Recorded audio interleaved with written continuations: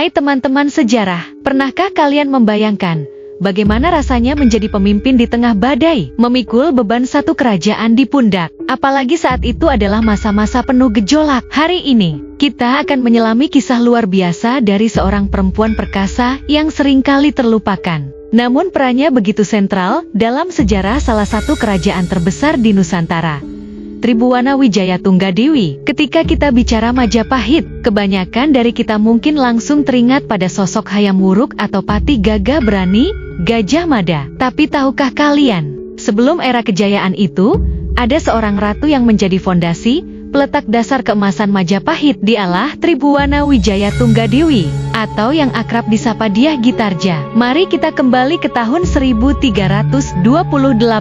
Saat itu, Majapahit baru saja kehilangan rajanya, Jayanegara, yang tewas dibunuh. Bayangkan, sebuah kerajaan yang baru seumur jagung, sudah harus menghadapi intrik dan kekosongan kekuasaan. Disinilah, Dyah Gitarja, putri Raden Wijaya, pendiri Majapahit, tampil. Meskipun seorang perempuan, dan di masa itu peran wanita seringkali dibatasi, Dyah Gitarja menunjukkan keberanian luar biasa. Dia bukan hanya sekadar pewaris tahta, tapi seorang pemimpin yang punya visi dan tekad baja. Keputusannya untuk naik tahta tentu bukan hal mudah. Ada banyak suara skeptis, banyak tantangan menanti. Tapi dia, dengan gagah berani, menerima mahkota kepemimpinan. Masa pemerintahannya jauh dari kata tenang, justru penuh gejolak. Ada pemberontakan sadeng dan keta yang siap mengguncang stabilitas kerajaan. Ini bukan sekadar kerusuhan kecil, teman-teman. Ini adalah ancaman serius yang bisa meruntuhkan Majapahit dari dalam.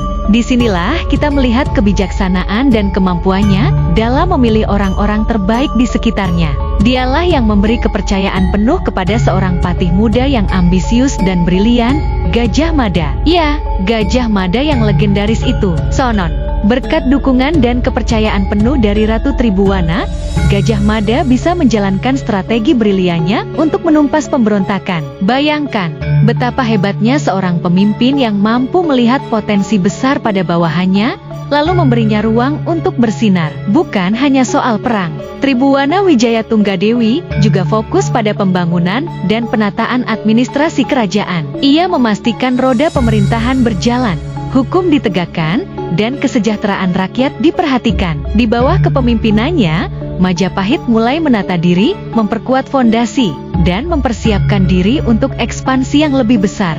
Setelah hampir 23 tahun memimpin, di tahun 1350, Tribhuwana Wijaya Tunggadewi memutuskan untuk turun tahta. Sebuah keputusan yang bijaksana dan menunjukkan kematangan kepemimpinan. Ia menyerahkan kekuasaan kepada putranya, Hayam Wuruk, yang kelak akan membawa Majapahit ke puncak kejayaan. Tapi jangan salah, meskipun tidak lagi menjadi ratu, pengaruh dan kebijaksanaannya tetap ada.